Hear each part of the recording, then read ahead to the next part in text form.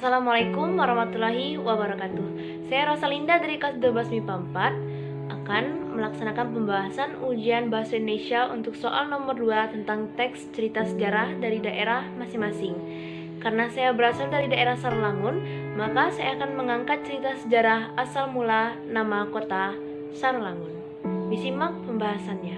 Sebelumnya, saya akan menjelaskan sedikit tentang teks cerita sejarah. Seperti yang kita ketahui bahwa teks cerita sejarah itu bersifat recount atau menceritakan hal-hal yang terjadi di masa lampau. Jika itu menceritakan tentang hal-hal yang terjadi di masa depan, yang pasti itu bukan cerita sejarah. Dan juga teks cerita sejarah terdiri dari 3 struktur, yaitu orientasi, urutan peristiwa, dan yang ketiga adalah reorientasi. Selanjutnya, mari kita bahas unsur-unsur kebahasaan dalam teks cerita sejarah asal mula nama Sarolangun. Yang pasti dari beberapa unsur kebahasaan dalam teks cerita asal mula nama Sarolangun terdapat 3 diantaranya, yaitu yang pertama menggunakan pronomina. Unsur kebahasaan yang pertama yaitu pronomina dapat dilihat dari kata mereka yang merupakan contoh dari kata ganti orang ketiga jamak. Dan di sini juga terdapat kata sana yang dimana kata sanak dalam bahasa Sarolangun berarti saudara atau engkau atau anda, yang merupakan kata ganti untuk orang kedua tunggal. Dan juga di sini terdapat kata pronomina kami yang merupakan kata ganti orang pertama jamak. Selanjutnya, dalam unsur kebahasaan teks cerita sejarah juga terdapat kalimat majemuk. Dapat dilihat pada bagian urutan peristiwa bahwa sebelum mereka pergi ke ujung Tanjung Saribulan sudah menjadi ketentuan haruslah melapor terlebih dahulu kepada Rio Dusun Lidung. Nah, kalimat ini merupakan kalimat majemuk di dalam teks cerita sejarah asal mula nama Sarolangun. Selain kata pronomina dan kalimat majemuk, terdapat konjungsi temporal sebagai salah satu dari unsur-unsur kebahasaan dalam teks cerita sejarah. Contohnya dapat kita lihat pada teks cerita sejarah asal mula nama Sarolangun pada bagian orientasi terdapat kata sebelum, kata sejak, dan pada urutan peristiwa terdapat kata setelah dan akhirnya. Kata-kata tersebut merupakan contoh dari konjungsi temporal yang terdapat pada teks cerita sejarah asal mula nama Sarolangun.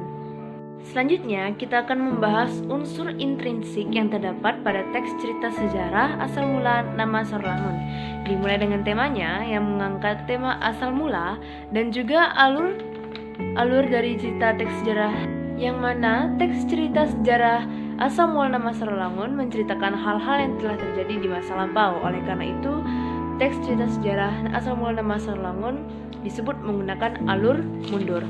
Selanjutnya, sudut pandang yang digunakan pun adalah sudut pandang pengarang, dan juga latar tempat yang diceritakan dalam teks cerita sejarah asal mula nama Sarolangun merupakan latar ujung Tanjung Saribulan atau sekarang yang telah berubah nama menjadi Sarolangun.